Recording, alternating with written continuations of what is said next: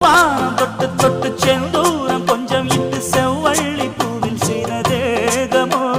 மலையோடு தோள்கள் வாங்கி மதையானி தேகம் வாங்கி பொலிவான தோற்றம் உண்டன் தோற்றமோ